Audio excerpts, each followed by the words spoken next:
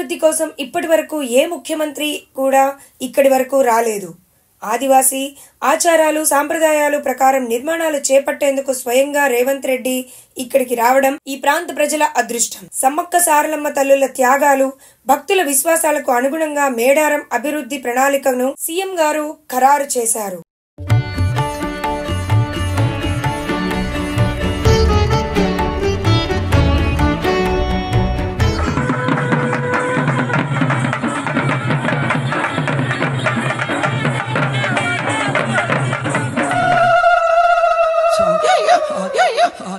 నా వరంగల్ జిల్లా తాడువాయి మండలంబు నాది మేడారము గట్టు నేను సమ్మక్కనున్నా నా భర్త పగడిద్దరాజు నా బిడ్డ రక్త సరళ అల్లుడా గోవిందరాజు నా బిడ్డ నాగులమ్మ నా కొడుక జంపన్న నా ముద్దు బిడ్డాలు ఇక నిత్యము మీరు నన్ను గోలు దూరే ఇక సల్లంగా మిమ్మల్ని ఇక కాపాడుతానే